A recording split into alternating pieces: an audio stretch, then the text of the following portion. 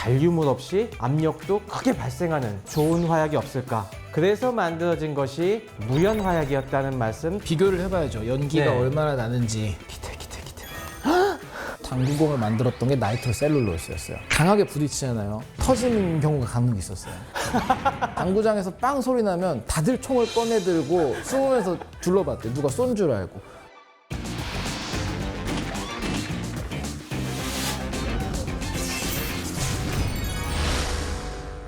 오늘은 실험을 먼저 해보고 우리가 무연화약 이야기를 이어나가도록 해보죠. 오늘 이렇게 이 직접 시연을 위해서 바닥에 안전하게 방염포도 깔아놓고 내화벽돌까지 준비해갖고 뭔가 저희에게 멋있는 걸 보여주실 준비를 단단히 하신 것 같은데요.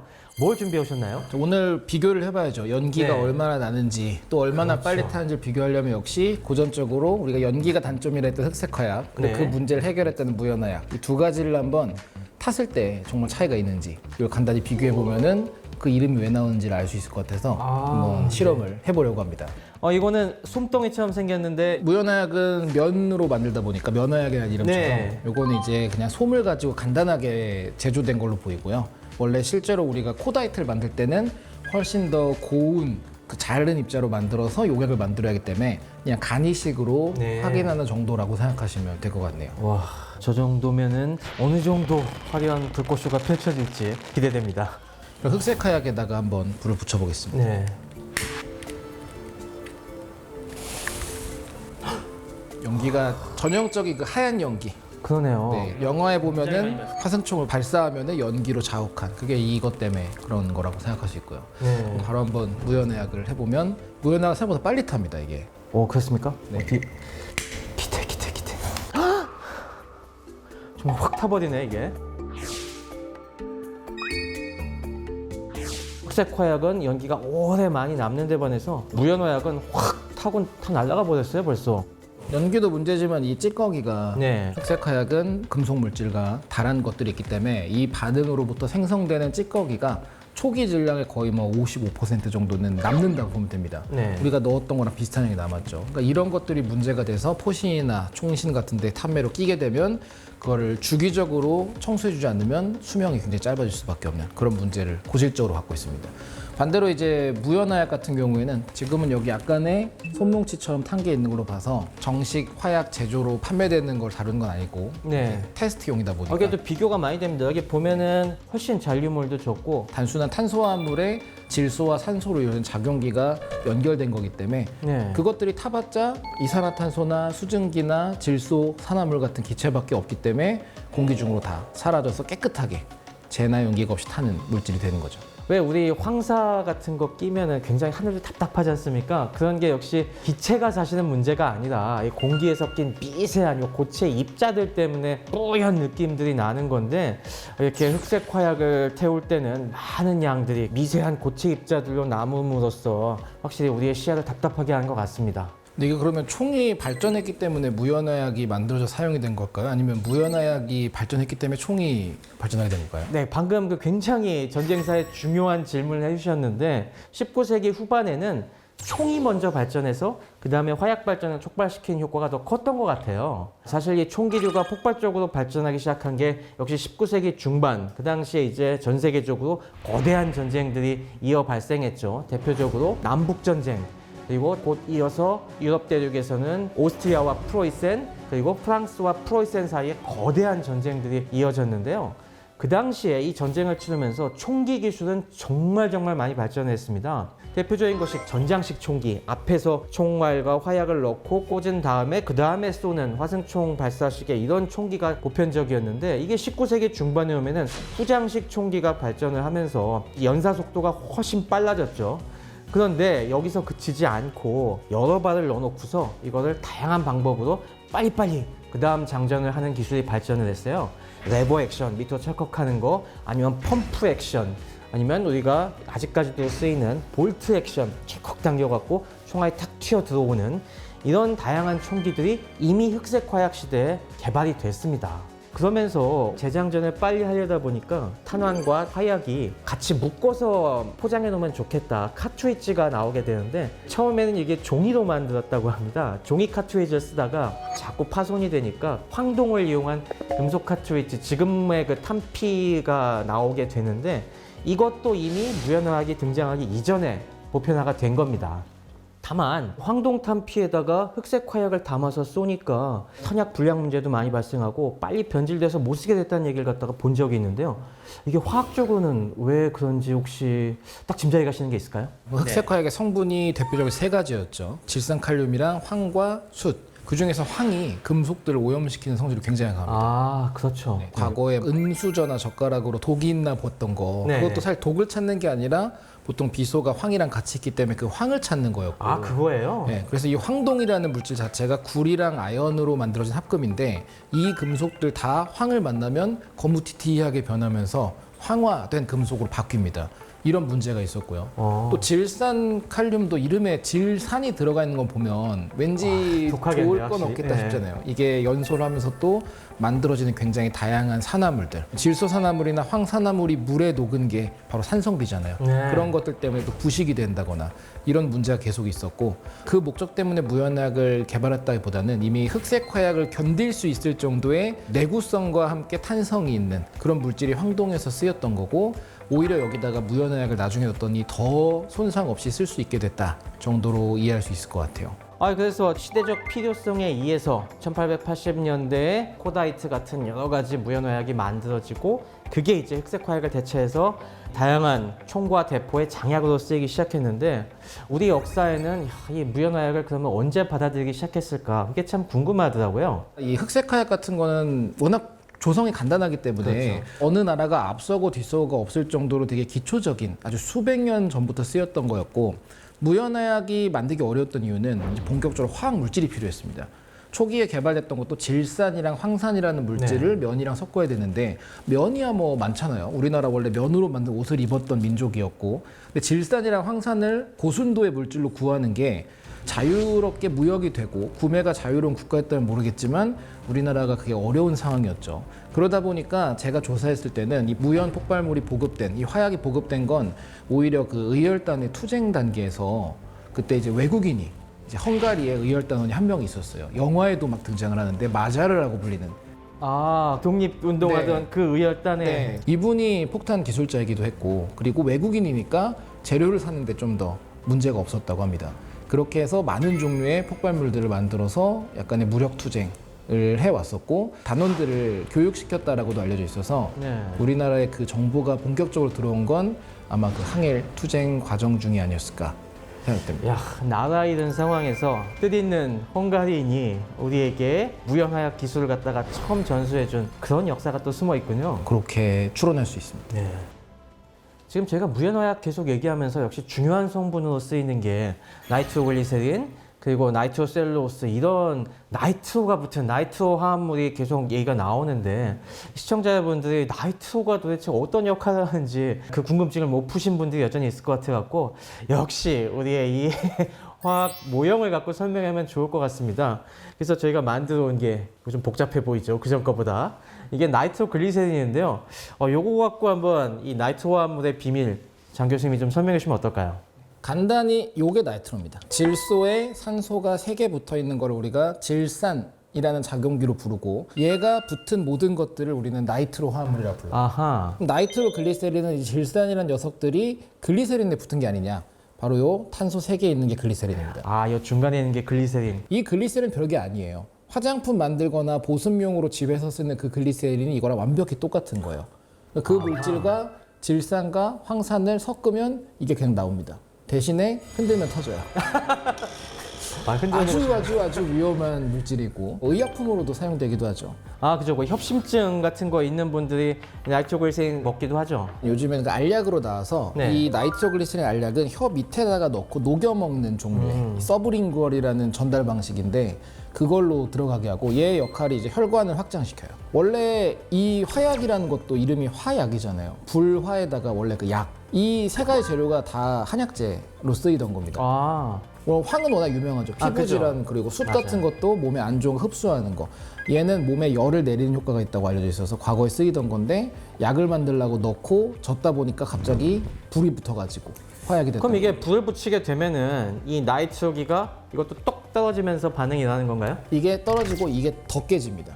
왜냐면은 제일 안정하게 쉽게 볼 수 있는 기체가 질소예요. 그죠. 과자사면 들어있잖아요. 네. 중부 어디이든. 그러니까 이렇게 불안정한 녀석은 빨리 깨져서 질소가 되고 싶어요. 똑똑똑 떨어지면서 질소가 되려고 하다 보니까 그럼 더 떨어뜨려야 되는 게 있네요. 그게 바로 산소겠네요, 그러면. 네. 이 산소가 뭘 타개할 때 쓰이잖아요. 그죠. 타개하는 산소를 공급하면서 타기까지 할 수 있는 물질이라서 이 자체로 약간의 혼합되어 있는 완성형되어 있는 물질이고 이 결합 하나하나 끊을 때마다 에너지가 방출되기 때문에 우리가 다 끊으면 엄청난 에너지가 주변으로 만들어지는 거죠. 그렇겠네요. 역시 또 나이트 화물 하면은 뭐니 해도 TNT 아니겠습니까? 아 요즘 특히 애들 키우시는 분들은 무슨 게임 같은데 TNT가 하도 많이 나와서 저희 애도 심지어 아빠 TNT 좀 만들어줄 수 있어? 막 그런 얘기 했고 제가 깜짝 놀랐었는데 그만큼 이 나이트 화물 폭약의 대명사가 TNT인데 근데 제가 그런 얘기 들은 것 같아요. TNT가 생각보다 안 터진다면서요? 네, 되게 안정한 물질이에요. TNT는. 왜냐면 우리가 만약에 불을 붙인다 해도 마른 풀이나 이런 불이 쉽게 붙는 물질도 있고 네. 오히려 나무 같은 것은 한 번 불 붙으면 굉장히 잘 타지만 불을 붙이는 게 어려운 물질. 엄청 어렵죠. TNT가 전형적인 그런 나무 같은 걸 보면 됩니다. 아, 본인이 갖고 있는 에너지는 많지만 불타게 만드는데 에너지가 많이 필요해서 막 바닥에 집어 던지거나 막 때리거나 한다고 불 붙진 않고 그래서 TNT는 처음 만들어졌을 때는 오히려 옷을 염색하는 염료로 쓰였어요. 오, TNT가 노란색이에요. 네. 그래서 이걸로 염색을 해서 그 옷을 사람들이 입고 다니고 근데 거기다 불을 붙여도 폭발하지도 않고 대신 잘 타긴 하죠. 잘 타긴 하는데 근데 어차피 합성 섬유들도 다 잘 타잖아요. 나이론이니 뭐니. 근데 맞아요. 노란색이라는 게 옷만이 아니라 사람 몸도 노랗게 만들어요.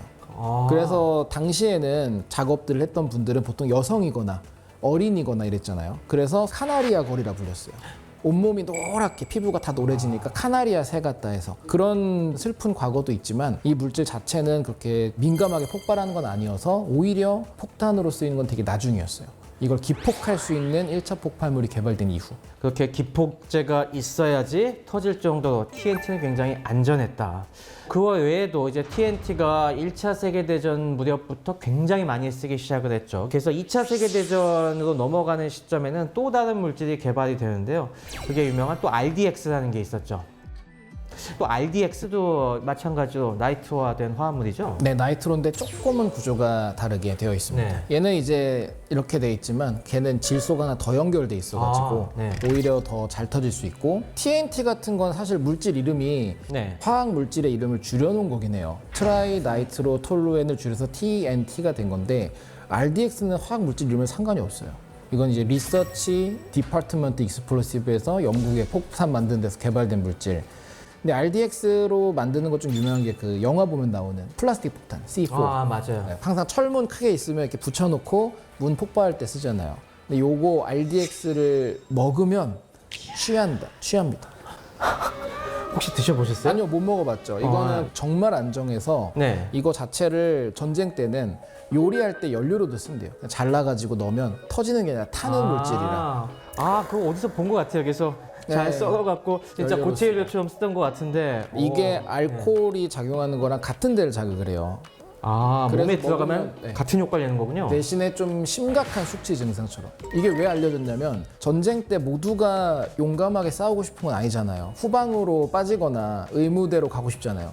그래서 이거를 먹어서 증상을 일으켜서 빠진 사람들이 있어서 그것 때문에 알려졌다. 야, RDX 방금 얘기하셨지만은 이게 2차 세계대전 때 정말 다양한 목적으로 많이 쓰인 거 저도 책에서 많이 본 기억이 납니다. 이게 2차 세계대전 직전에 대량 생산이 기술이 발전이 되면서 이게 TNT보다도 폭발력이 훨씬 강하다. 질소가 더 붙어 있기 때문에 그 말씀을 해주셨는데 그 사실을 알게 되면서 이 RDX를 갖다가 TNT나 다른 여러 물질과 섞어서 각양각색의 특징을 가지는 폭약을 만들어냈다고 합니다. 이를테면 이 RDX 한 42%, TNT를 갖다가 40% 섞고 거기에 알루미늄 분말 또 알루미늄 분말이 또 폭발을 강하게 하는 특성이 있죠? 네, 그 에너제틱 케미스트리라는 분야가 또 있어요. 그래서 폭발물만 만드는 그 분야에서도 제일 많이 쓰는 게 알루미늄 나노 분말 가지고 만드는 것들. 심지어 그 추진제 중에 얼음으로 가는 게 있잖아요. 앨리스라고 부르는 추진제가 있어요. 이게 그건 알루미늄이랑 얼음으로 만들어서 폭발 위험은 없는데 로켓을 날릴 정도의 추진제도 있어서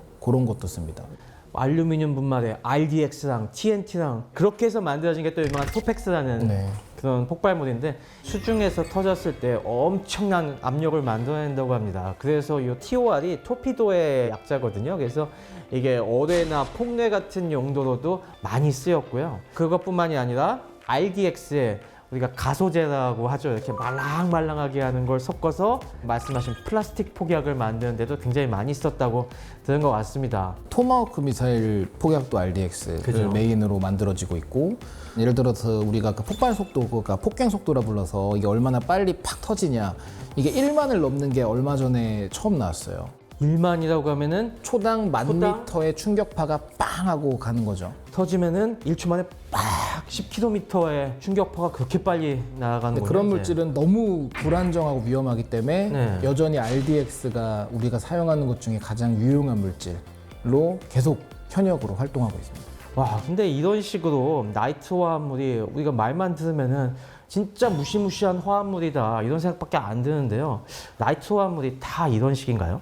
그렇진 않죠. 사실 최근에는 과학이 발달하다 보니까 네. 더욱더 강한 폭발물을 만드는 쪽으로 연구가 되어 왔지만, 네. 이전에는 나이트로 화물의 첫 발견 자체가 우연히 흘린 걸 닦다가 불 붙은 거였던 것처럼 우연에서 시작됐잖아요. 네. 그래서 이 나이트로 셀룰로스라는 게 연구되고 활용됐던 것도 의외로 되게 다양한 이로운 목적이 많았습니다. 와. 제일 유명한 것 중에 하나가 당구죠, 당구. 아, 당구? 네. 당구공을 만들려면 상아가 필요하잖아요, 코끼리에. 그렇죠. 근데 그 말은 코끼리를 많이 죽여야 죽이거나 되니까. 아니면은 죽은 코끼리의 무덤을 발견해야 되는 문제가 있어서 마이클 팰런이라는 미국의 당구 선수가 상금을 걸죠. 10,000불을 걸어서 상아를 대체할 수 있는 엄청난 돈인데. 물질을 만들어 와라. 그때 탄생한 게 최초의 플라스틱이었어요. 그리고 아. 그 플라스틱으로 당구공을 만들었던 게 나이트로 셀룰로스였어요. 오, 재밌네요. 그러다 보니까 당구공은 딱 쳐서 공끼리 강하게 부딪히잖아요. 터지는 경우가 간혹 있었어요. 빵 하면서. 근데 미국에서 썼잖아요. 네. 미국은 총기가 합법이잖아요. 당구장에서 빵 소리 나면 다들 총을 꺼내 들고 숨으면서 둘러봤대요. 누가 쏜 줄 알고. 당연히 이렇게 공을 만들었다? 다르게 가공도 했겠죠. 나이트로셀룰로스 같은 걸 뭐 우리가 에터라는 게 이제 흔히 과거에는 에테르라고 에테르, 네. 부르던 거기에 잘 녹아요. 그렇게 녹아서 필름을 만들면 굉장히 얇게 되는데 이걸로 만들어져서 시작된 게 영화 산업이었어요. 영화 산업에 대해서 여전히 영향을 주고 있는 게 몇 가지가 있는데, 첫 번째가 이제 특수분장. 특수분장 보면 흉터나 주름 같은 거를 어떻게 만들까 싶잖아요. 아, 그림으로만 그리기에는 약간 입체감이 있으니까 그때 쓰는 게 나이트로셀룰로스 에터에 녹인 콜로디온이라는 물질. 아. 이거를 가지고 지금도 특수분장 흉터를 만들 때 쓰고 있고요. 오. 그리고 영사기 필름, 그게 우리 영화 보면 나오는 그거 자체가 다 나이트로셀룰로스여서 뭐 사고도 많았죠. 그러니까 인화성 아. 물질이다 보니까. 그러고 보니까 지금도 기억나는 게 시네마 천국이라는 영화가 있었잖아요. 이탈리아에. 영화를 계속 하루 종일 거기 뜨거운 전구에 오래 상영하다 보니까 필름에 불이 확 붙어서 토토가 그 할아버지를 구해내는 그런 장면이 나오는데, 그게 바로 나이트로셀룰로스로 필름을 만들어서 이렇게 잘 타는 건가 보죠? 네, 엄청 잘 탑니다. 그래서 영화 같은 거에서도 이제 바스터즈, 아, 쿠엔틴 타란티노. 네, 거기에서 이제 전당대회 같은 걸 할 때 그 영화관에서 아예 불을 내 가지고 다 태우는, 그게 그 필름을 태우는 거죠. 아주 최고의 인화물질이기 때문에 네. 그런 식으로 많은 사고가 있었죠. 야, 그 나이트로셀룰로스가 참 애증의 물질인 것 같네요. 근데 화약을 터트릴 때 발생하는 그 연기뿐만이 아니라 화염도 있지 않습니까? 자, 근데 화학적으로 이 화염은 왜 발생하는 건가요? 에너지라는 게 방출되는 거잖아요. 이 물질을 이루고 있던 게 하나씩 끊어지면서 이 갈 곳 없는 에너지가 어떤 식으로든 방출돼야 되는데, 우리 그 에너지가 어떻게 방출될까를 여러 가지를 떠올릴 수가 있어요. 그렇죠. 예를 들어 소리, 굉장히 큰 굉음이 될 거고, 또 빛이 날 수도 있고 열이 날 수도 있고, 이 모든 게 동시에 작용을 합니다. 그 중에서 이제 빛의 형태로 나오는 에너지가 화염의 불빛이라 볼 수 있는데, 하나 더 고민해 볼 수 있는 거는 그 모든 화염이 다 노란색을 보통 가져요. 그러네요. 우리 뭐 영화를 봐도 그렇고 다큐멘터리 보더라도 대부분 노란색인데. 근데 이 노랑을 갖는 게 탄소 물질이 있으면 무조건 노란색 불빛이 나와요. 아. 탄소가 다 조각조각 깨질 때 그 조각 물질이 에너지가 높으면 노란색을 만들어내거든요. 그래서 이제 탄소 재료들, 예를 들어 휘발유가 됐건 초가 됐건 뭐든 간에 노랑이 나오는 게 그런 이유이기 때문에 여기다 사용하는 것도 뭐 나이트로글리세린, 나이트로셀룰로스 다 탄소가 있잖아요. 그러다 보니까 그 에너지가 노란색의 불빛으로 튀어나올 수밖에 없는 거예요. 그럼 당연히 요 가운데 있는 태우는 화합물이 다른 원자들로 만들어져 있으면 다른 색깔이 나오겠네요. 그게 이제 불꽃놀이의 핵심이죠. 학교에서는 이제 보통 불꽃 반응색이라는 제목으로 배우는데 맞아요, 맞아요. 어떤 원소가 있냐에 따라서 색깔이 다르고 실제 불꽃놀이는 그런 금속 원소들과 흑색 화약으로 만들어지고 있습니다. 방금 왜 화염이 발생하냐 얘기를 잘 해주셨는데 우리가 무연 화약뿐만이 아니라 이런 화염도 줄이는 그런 화약도 필요해졌습니다. 이건 무염 화약은 그러면 어떻게 만들지? 이것도 꼭 시청자 여러분들께 궁금증을 풀어드려야겠다는 생각을 했어요. 무염 화약은 트리플 베이스 건파우더라고 불러요. 그럼 트리플 베이스니까 뭔가 세 가지의 네, 세 가지 기반이 요소로. 있다는 거네요. 싱글 베이스, 더블 베이스, 트리플 베이스가 있는데 우선 싱글 베이스가 우리가 이제까지 이야기했던 무연 화약이 그거예요. 나이트로셀룰로스로 대부분 이루어지고 거기에 좀 느리게 탈 수 있는 물질을 섞어가지고 추진제로 쓰는 거. 그래서 권총 총알이 그렇습니다. 더블 베이스는 나이트로글리세린, 나이트로셀룰로스 두 개가 섞여가지고 만들어지는 거고 트리플 베이스부터가 빛이 안 나와요. 거기다 넣는 건 나이트로 구아니딘이라는 걸로요. 나이트로 구아니딘, 또 새로운 나이트로 화합물이 나왔네요. 앞에 두 녀석들은 네. 탄소 물질이었잖아요. 네. 나이트로 구아니딘은 질소 물질에다 나이트로 붙인 거예요. 그럼 얘가 타면은 더 많은 양의 질소 기체가 나오겠죠. 네. 이렇게 안정한 기체가 많이 나오면 얘네들이 불타는 온도를 낮춰요. 추진력은 똑같이 기체가 빵 미는데 온도는 좀 낮아요. 온도가 낮으면은 우리가 눈에 보이는 색깔이 안 나와요. 그렇구나. 우리가 이 빛이 확 나오는 이유가 에너지가 엄청나게 많이 발생해서 온도가 뜨거워서 그런 건데 온도를 낮춰주니까 빛이 안 나오는 거군요. 네, 그런 방식을 쓰고 아니면 거기다가 뭐 나트륨이나 칼륨 등으로 되어 있는 염들을 섞으면 걔네들이 나오는 빛을 좀 빨아먹어가지고 줄이는 방식으로도 쓰이고. 빛을 흡수하는 물질도 나오게 하고. 네, 뭐든지 이렇게 줄이면은 안정하거든요. 그래서 또 있는 게 아음속 총 탄환 들어보셨죠? 네네. 원래 총은 이제 초음속 가면은 그렇죠. 빵 하는데 맞아요. 보통 우리 기본이 9mm 탄이잖아요. 그럼 7.5g 정도 돼요. 이거를 9.5g짜리로 바꾸면 무거운 거를 같은 힘으로 밀면 느릴 수밖에 없으니까 음속을 못 넘어가지고 조용한 총알이 되고. 그 음속을 돌파할 때 나오는 빵 하는 그 충격파는 발생하지 않으면서 그 정도면 그래도 여전히 총알의 에너지는 높으니까 살상력은 있겠네요. 네, 그러니까 소리든 빛이든 우리가 에너지를 좀 낮춰주면은 그 모든 것들을 인간이 못 느끼게 할 수 있으니까 일부러 그렇게 억제제를 달아둔다 정도로 생각하는 게 가장 적당한 방식일 것 같아요. 역시 이 뭐든지 위력이 세다고만 좋은 건 아니네요. 여러 가지 적절해야죠. 방향으로 적절하게 컨트롤하는 게 진짜 중요한 기술이군요. 무연화약의 얘기를 갖다가 주로 봤다면은 반대 목적도 분명히 있을 것 같습니다. 이 연막탄도 생존용의 화학탄이라고 볼 수가 있겠죠. 머리카락 굵기를 한 10개에서 100개로 자른 알갱이들이 빛을 튕겨내면서 뭔가 뿌옇게 안개가 낀 것처럼 이 연기를 피워서 소통을 한다. 사실 어제 오늘 얘기가 아니죠. 현재도 사용되는 것 중 하나는 콘클라베라는 하얀색 연기는 설탕이나 녹말 같은 걸 넣으면 그런 색이 나오는데 이탈리아 군에서 연기에 나는 연막을 제공을 한다고 하더라고요. 섬광탄을 갖다가 대처하는 프로텍션 기구 같은 건 없나요? 드론을 떨어뜨릴 수 있는 그런 섬광탄은 없을까요? 섬광탄 빵 터지면서 눈뽕을 만드실 수 있나요? 제가 챙겨왔습니다. 역시 기대를 저버리지 않으시는군요.